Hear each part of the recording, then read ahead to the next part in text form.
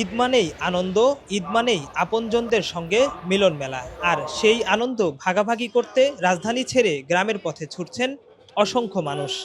কয়েকদিনের মধ্যেই মুসলিম বিশ্বের অন্যতম বৃহৎ ধর্মীয় উৎসব পবিত্র ঈদ উল ফিতর। তাই ঈদের আগেই পরিবার পরিজনের সঙ্গে সময় কাটাতে শুরু হয়েছে ঘরমুখ মানুষের ঈদযাত্রা। আমি বাড়িতে যাচ্ছি, খুবই আনন্দিত। বিয়ে করে বউ নিয়ে যাচ্ছি, সেখানে আরো বেশি ভালো লাগছে। করোনা বা যে কোনো ভাইরাসের এগেনস্টে ফাইট মানি ব্যাকট্রলের লেফট রাইট। হ্যাঁ, ঈদ করতে ওইখানে বাড়ি সবকিছু ঈদের খুশিতেই যাচ্ছি। কোনো ভোগান্তি হচ্ছে না, কোনো ভোগান্তি হচ্ছে না। কেমন হবে ঈদযাত্রা? ইনশাআল্লাহ আল্লাহর রহমতে ভালোই হবে। প্রতি বছরের মতো এবারও শেষ মুহূর্তের ভোগান্তি এড়াতে অনেকেই আগেভাগেই বাড়ির পথে রওনা হচ্ছেন।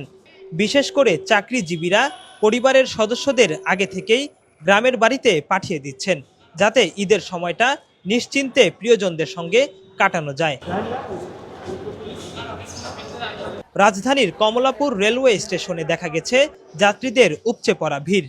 ট্রেন ধরতে অপেক্ষমান যাত্রী, প্ল্যাটফর্ম জুড়ে লাগেজ হাতে পরিবারগুলোর ব্যস্ততা, আনাগোনা সব মিলিয়ে যেন এক ভিন্ন রকম উৎসবমুখর পরিবেশ। বাড়িতে মা আছে, স্ত্রী আছে, মেয়ে আছে। ঈদযাত্রা অবশ্যই ভালো হবে। তবে এবার টিকিট নিয়ে তেমন কোনো ঝামেলা পোহাতে হয়নি।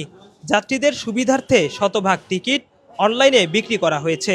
ফলে অনেকটাই সহজ হয়েছে টিকিট সংগ্রহের প্রক্রিয়া। হ্যাঁ, ঈদের ছুটিতে বাসায় যাচ্ছি, অনেক ভালো লাগছে।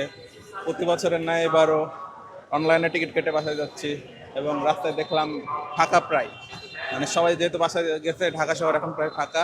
স্টেশনের এই পাশে আশেপাশে একটু ভিড় আছে শুধু। এছাড়াও ঈদযাত্রা স্বস্তিদায়ক করতে কমলাপুর রেলওয়ে স্টেশনে নেওয়া হয়েছে বাড়তি নিরাপত্তা ব্যবস্থা। স্টেশনের প্রবেশ পথে 2 ধাপে টিকিট পরীক্ষা করে যাত্রীদের ভিতরে প্রবেশ করতে দেওয়া হচ্ছে। বিনা টিকিটে কাউকে স্টেশনে ঢুকতে দেওয়া হচ্ছে না। সব মিলিয়ে ঈদকে সামনে রেখে রাজধানীর ব্যস্ততম এই স্টেশন এখন ঘরমুখ মানুষের পদচারণার মুখর। আনন্দ, ব্যস্ততা আর প্রত্যাশা সব মিলিয়েই শুরু হয়েছে ঈদযাত্রার চিরচেনা দৃশ্য। আবু আবদুল্লাহ রোহিত, বাংলাদেশ প্রতিদিন, ঢাকা।